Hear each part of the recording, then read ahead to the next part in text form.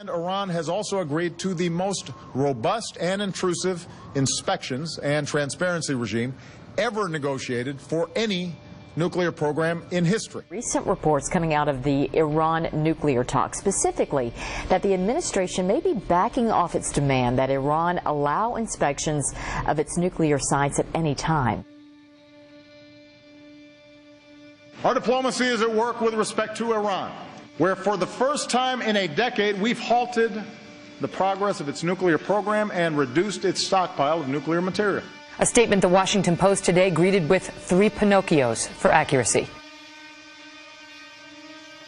But I don't think that any of us thought we were just imposing these sanctions for the sake of imposing them. We did it because we knew that it would hopefully help Iran dismantle its nuclear program.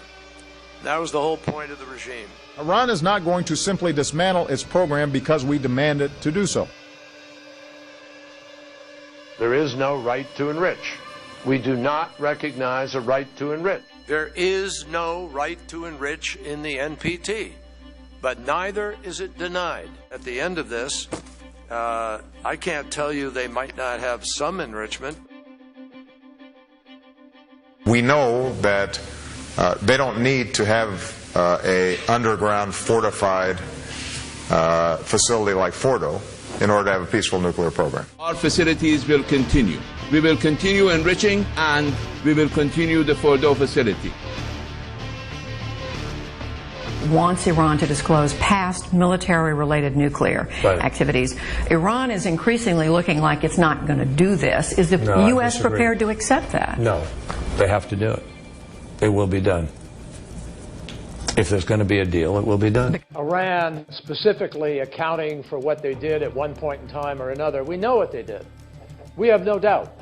We have absolute knowledge with respect to the certain military activities they were engaged in. What we're concerned about is going forward.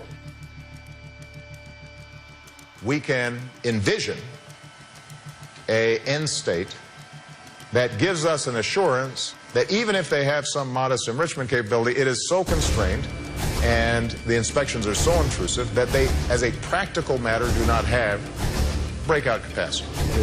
A more relevant fear would be that in year 13, 14, 15, they have advanced centrifuges that can enrich uranium fairly rapidly.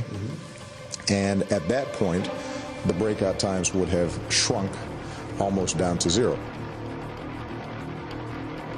In no uncertain terms, Iran is not open for business until Iran is closed for nuclear bombs. Tehran could get a sort of signing bonus, you could call it, to the tune of $50 billion.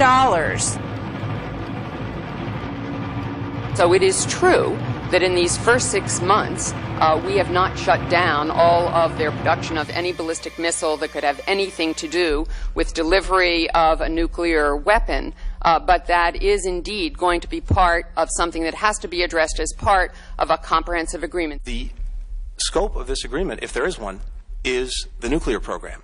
That's what our partners have agreed to. That is what is being negotiated. It is not a missile agreement. It would be a very successful regional power that was also abiding by international norms and international rules, and that would be good for everybody. As for the Ayatollah's death to America comments, administration officials are suggesting those kinds of remarks are aimed at an Iranian domestic political audience.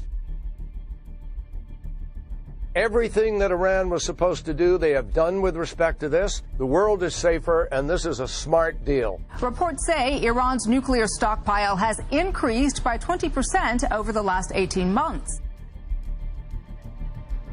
And I keep all options on the table to prevent a nuclear Iran. We take no options off the table, including military options. I also would say, though, that when the President of the United States says that he doesn't take any options off the table, that should be taken seriously.